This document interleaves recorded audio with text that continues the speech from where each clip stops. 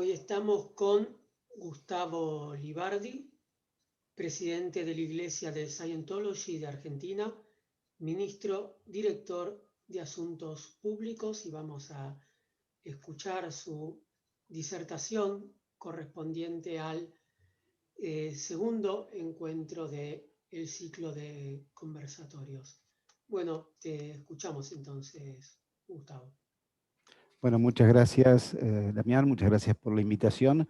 Es una buena oportunidad justo para tocar un tema que, bueno, nos ha preocupado desde hace tiempo, pero que en la última época, debido a resoluciones favorables de la Cámara de Seguridad Social, digamos, nos ha sacado un poquitito de cierta indefinición que, por así decirlo, que se podría tener, o porque por lo menos organismos oficiales como la AFIP o el Ministerio de Trabajo podrían tener, respecto de la cuestión de la relación que existe entre un ministro y la organización, la confesión a la cual responde.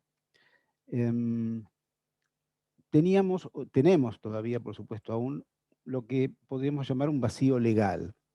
Em, y ese vacío legal permite, lamentablemente, acciones arbitrarias por parte de los organismos del Estado. Cuando digo arbitrarias no estoy endilgando aquí ninguna intencionalidad adviesa, sino simplemente estoy diciendo que el funcionario que toma la decisión, en verdad lo toma únicamente respondiendo a los objetivos del organismo para el cual trabaja.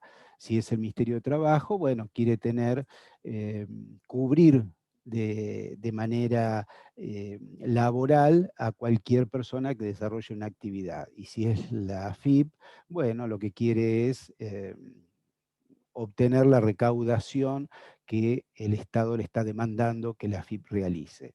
Entonces, esos son los objetivos de los funcionarios y realmente cuando se acercan entonces a una organización religiosa, miran desde ese punto de vista la actividad que ahí se desarrolla.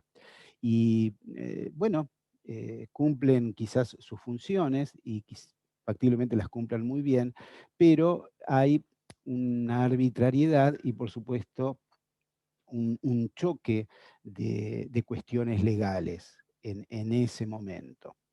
Em, Así que bueno, el tema del cual voy a hablar es esta cuestión de cómo hay un vacío legal y la labor de los ministros religiosos no está expresamente definida y eso da lugar a algunos inconvenientes. En cuanto al alcance de este ensayo o esta disertación, em, eh, tiene por objetivo mostrar la escena, ver, transmitir, comunicar que este problema existe. Habrá detalles legales que los especialistas tendrán que ver específicamente, pero lamentablemente tenemos que decir que nadie se ha ocupado de esta cuestión por mucho tiempo y allí resalto que no hay en Argentina una ley de culto, no porque, esto ya lo digo en términos personales, pero también desde el punto de vista de la organización de la Iglesia, no es porque pretendamos que todo absolutamente tiene que estar reglado, que tiene que haber absolutamente leyes para todo, pero en Argentina tenemos una gran cantidad de leyes y entonces donde una ley no regula algo, nos encontramos con esto que llamamos un vacío legal en que un funcionario cumpliendo su función termina diciendo cómo son las cosas cuando en verdad no es así. El encuadre general de este problema tiene que ver, o digamos, o se apoya en la cuestión de la libertad religiosa, artículo 14 de la Constitución Nacional. La libertad religiosa tiene tres elementos sobre los cuales se sostiene, que es la libertad de que un culto profese su culto, que lo disemine y que lo sostenga. Y aquí viene la cuestión, si hay un sostenimiento del culto y nadie discute que el culto debe ser sostenido, ¿cómo se va a producir ese sostenimiento? Obviamente tendrá que ofrecer algún tipo de servicio a la comunidad o tendrá que tener un sostenimiento por parte del Estado. No hay muchas opciones. En el caso de la Iglesia Católica, la Constitución Nacional también prevé un sostenimiento que en gran medida ayuda a que la Iglesia Católica no tenga que recurrir a otras fuentes de financiamiento de su actividad. Pero bueno, esta cuestión es inclusive discutida y yo mencioné el hecho de que no teníamos en Argentina una ley de culto y eso ocurre en Argentina porque em, el estatus jurídico de la Iglesia Católica es de carácter público, ¿eh? Es preconstitucional y entonces no digamos, el andamiaje jurídico que se le aplica a la Iglesia Católica es diferente que el que se aplica a todos los demás cultos, reconocidos o no. Se puede practicar un culto sin estar inscrito en el registro de culto. Em, pero ese andamiaje jurídico para todas estas organizaciones es de carácter privado, es el derecho privado el que se le aplica.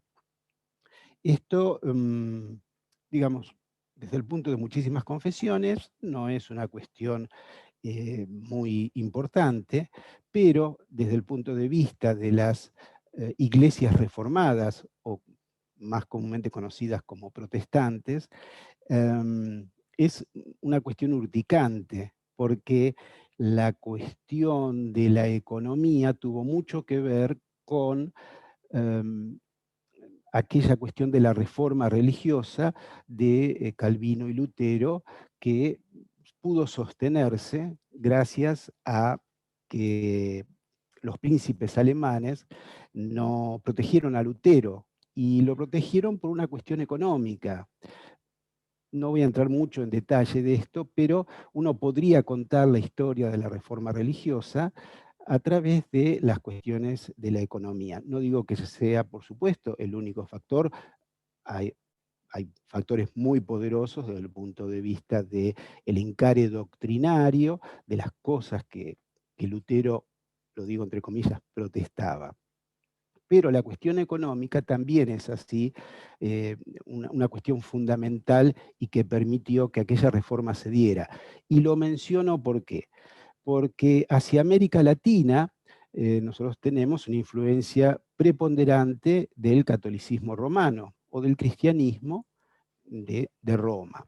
Mientras que a los países sajones más bien se transmite todas las iglesias reformadas, y aquí el punto de vista diferente de cómo se ve la economía, cómo se ve la cuestión del dinero, la cuestión del capital, estableció diferencias muy grandes. Entonces tenemos que en los países sajones, vamos a poner en América, Estados Unidos, tiene un punto de vista respecto del dinero, del capital, pro.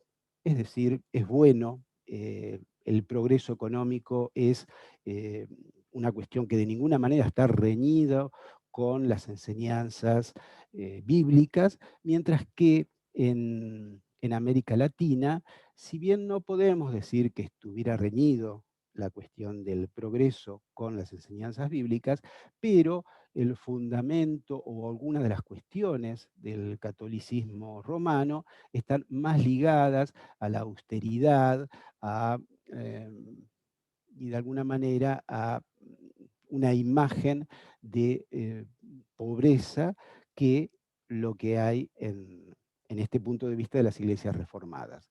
Y nuevamente menciono esto porque la generalidad de América Latina tiene la idea de que una iglesia debe ser más bien pobre o austera. En cambio, en Estados Unidos, los pastores protestantes manejan grandes cantidades de dinero.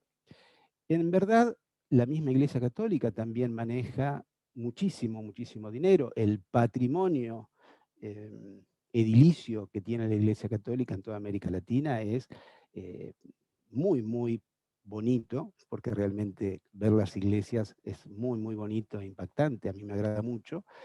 Pero bueno, es una muestra de que tampoco la Iglesia Católica está escindida de un manejo económico importante. Entonces, sacado este prejuicio de que una iglesia para hacerlo debe ser pobre y que por lo tanto sus ministros deben vivir con lo mínimo necesario, sacado ese prejuicio, nos encontramos que el ministro de una iglesia, como cualquier otra persona, necesita las cosas que todos necesitamos. Viajar, alimentarse, en los casos que corresponda, una familia, ¿por qué no un auto o vacaciones, una vivienda? Todo eso, si está, digamos, prestando su actividad, y esto es así en muchísimos casos, completamente todo su tiempo, implica que la persona, el único recurso que tiene es el sostenimiento eclesiástico que su confesión le entrega. Entonces, tenemos aquí dos cuestiones. La organización eclesiástica, la iglesia de que se trate, necesita recursos. Y el ministro merece vivir adecuadamente. Desde el punto de vista del Ministerio de Trabajo o de la Administración Federal de Ingresos Públicos de Argentina, eso significaría que se establecería entre el ministro y la confesión una relación laboral. Es decir, lo asimilan al ministro a un empleado. Hay algunas cuestiones legales que desmienten por completo esto. Un ministro no tiene una relación jurídica, no tiene una relación jerárquica, ni tiene una relación económica con la organización idéntica a la que tiene un empleado. Es muy, muy distinto. Y un ministro religioso no se mantiene dentro de una confesión porque espera a fin de mes recibir determinada cantidad de dinero. El objetivo por el cual el ministro, la persona decide ser un ministro y prestarse a ese trabajo religioso es básicamente una vocación, es básicamente una identificación con la doctrina de ese culto y y acá viene la cuestión primordial, es una cuestión de bien común, quiere ayudar a la gente. El denominador común de toda confesión es la ayuda a la gente. Hay otras cosas, como puede ser la existencia de Dios, la idea de algo de lo que un ser humano debe ser rescatado y demás. Pero la cuestión de la ayuda a otros, a la comunidad, es algo que identifica plenamente a las iglesias, a las confesiones. Y un ministro religioso lo hace porque tiene esta vocación y coincide en esta vocación. Repito, no porque esté esperando a fin de mes recibir una retribución. Sin embargo, repito, necesita vivir, sostener a una familia o inclusive tener un esparcimiento o vacaciones, como cualquier otra persona. Si hay una confesión que tiene una organización diferente, hay institutos de vida consagrado, por ejemplo, de la Iglesia Católica, en la cual, bueno, se dan ciertas condiciones en las cuales las personas, los ministros que están allí, tienen requerimientos de este tipo mucho menor. Bueno, pero esa es una cuestión particular de una confesión. Si hubiera votos de pobreza, por ejemplo, eso es una cuestión particular de una confesión. De hecho, esto inclusive fue nombrado en un fallo de la Cámara de Seguridad Social reciente, de fines de marzo, en la cual nuestra iglesia, la iglesia de Scientology, apeló digamos, una sentencia administrativa de la FIP en la cual decía que la iglesia tenía empleados. La Cámara absolutamente definió que no, que probado que es un ministro del culto, y esta es otra de las cuestiones que vamos a abarcar en un momento, porque es muy importante, probado que es un ministro del culto, entonces no se puede decir que haya una relación laboral, por más que reciba, cito palabras precisas de la Cámara, que reciba un estipendio. Y no dice si el estipendio es chiquito o es grande, por más que así sea. Es decir, la sola cuestión de que la iglesia le pague al ministro lo suficiente para su sustento, no es algo que diga es un empleado. No se lo puede asimilar de esa manera. Por otro lado, la ley 24241, que es la ley previsional en Argentina, simplemente dice que los ministros de culto pueden optar por inscribirse en el régimen de jubilaciones y pensiones. Con lo cual está absolutamente claro que la cuestión laboral, lo pongo entre comillas, en el ámbito de las iglesias pasa por lugares totalmente diferentes. Y aquí es donde yo digo, no hay una reglamentación que también ampare de alguna manera al ministro religioso y ampare también a la confesión de ulteriores problemas, que se le acuse de tener trabajo en negro, como se dice habitualmente, trabajo no registrado, en su actividad y en sus ministros. Una aclaración es que si una iglesia quisiera tener un empleado, por ejemplo, para una actividad especializada, bueno, podría tenerlo y podría allí sí aplicarse el régimen de un trabajador en relación de dependencia. Esa es otra cuestión. ¿Es posible? Sí. Lo hace una fundación que también es sin fin de lucro, una asociación sin fin de lucro, y también lo hace una iglesia. Podría hacerlo. Ahora, el ministro que está allí, así sea, por ejemplo, que dedique parte de su tiempo a trabajos de tesorería, es parte de las necesidades organizacionales de la confesión.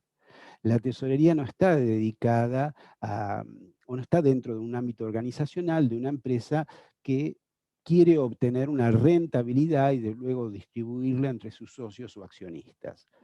Nada de esto ocurre en una confesión, en una iglesia, pero sí, hoy por hoy es muy difícil tener el más mínimo funcionamiento económico si uno no tiene algún tipo de organización administrativa contable y los bancos piden balances, a pesar de que no hay ninguna reglamentación que se las exija a las iglesias, pero si no, uno no puede operar y tiene que presentar quiénes son las autoridades. Es decir, em, hay un andamiaje hoy por hoy eh, en relación a cualquier tipo de actividad económica, pequeña o más grande, no importa, que requiere que una iglesia también tenga que tener su administración.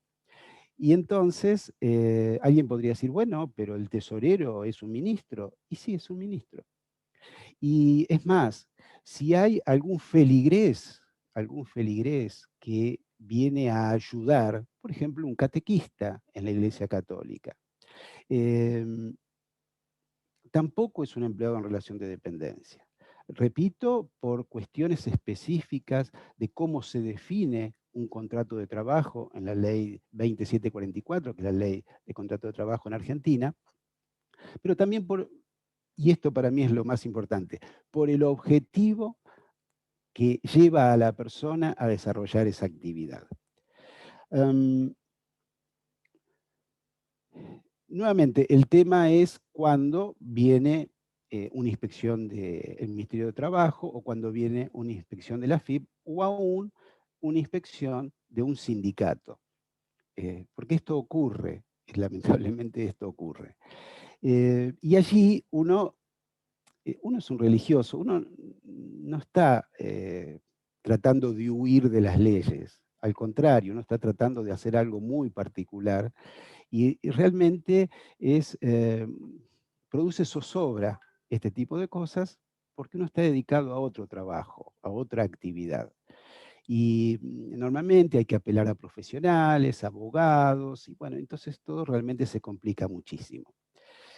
Mi propuesta es que en definitiva se podría en forma muy sencilla establecer un registro de ministros de culto en la Secretaría de Culto. Hoy por hoy, con el nivel de avance de la tecnología, eso sería muy sencillo. El responsable del culto frente a la Secretaría a la Dirección de Registro de Culto, que todos estamos, todas las confesiones tienen un responsable frente a la Dirección de Culto, de Registro de Culto, bueno, con un usuario y clave podrían dar de alta a un ministro, un seminarista, un colaborador. Y de esa manera, luego Culto podría certificar que efectivamente tal persona es un ministro de tal confesión. Con eso, simplemente la AFIP dando de alta un código de actividad ministro religioso, el ministro se podría inscribir y tener, y acá viene lo importante, también un ámbito de protección social que al futuro le daría una jubilación, en el presente le podría estar dando una obra social o inclusive podría estar cubriendo un seguro de actividad, porque bueno, el ministro podría al movilizarse tener un accidente o lo que nos pasa a todos. Entonces, con estas dos cuestiones absolutamente muy sencillas, las organizaciones estaríamos muy tranquilas, sabríamos que estamos en un encuadre legal y que nadie nos puede venir a decir alguna cosa rara, alguna cosa arbitraria. En, en definitiva, lo que estamos haciendo o intentando hacer es abrir el debate al respecto y que se pueda producir un marco legal adecuado para que los ministros tengan una protección desde el punto de vista de seguridad social y las organizaciones religiosas estén, digamos, tranquilas en cuanto a que nadie les va a poder venir a decir arbitrariamente que están infringiendo algún tipo de norma o algún tipo de reglamentación. Es una cuestión hasta de paz social y de establecer también una seguridad que evite las posibles discriminaciones entre confesiones más pequeñas y confesiones más grandes. Una confesión más grande podría tener muy buenos abogados para defender tal o cual situación, y una confesión más pequeña simplemente se va a terminar adhiriendo a un régimen laboral que en última instancia resulta terriblemente oneroso, desubicado a los efectos de la actividad religiosa y que tarde o temprano termina siendo un problema y produciendo otros tipos de irregularidades que, bueno, nuevamente, no es mi intención profundizar, conozco de estas irregularidades por mi trabajo profesional a nivel personal y aún las confesiones más importantes del país tienen algunas cuestiones que terminan siendo un problema o un inconveniente o las hacen llegar a los tribunales a resolver tales o cuales situaciones. Entonces, creo que si pudiéramos hacer algo de este tipo, producir un encuadre legal sencillo para los ministros religiosos y su relación con las confesiones, sería un gran avance. Así que esta es nuestra propuesta y con un poquito más de detalle lo hemos volcado en un trabajo que, bueno, ya está en poder de Damián y que seguramente va a ser subido a la web próximamente. Gustavo, fue clarísimo todo. Te agradecemos muchísimo tu presentación y bueno, siempre es sumamente enriquecedor escucharlos y salieron varios temas, hay muchos puntos que has tocado y que seguramente serán debatidos, esperemos que sí, en el próximo encuentro que hagamos ya con todos los expositores. Así que bueno, te agradecemos muchísimo y bueno, clarísima la exposición. Muchas gracias.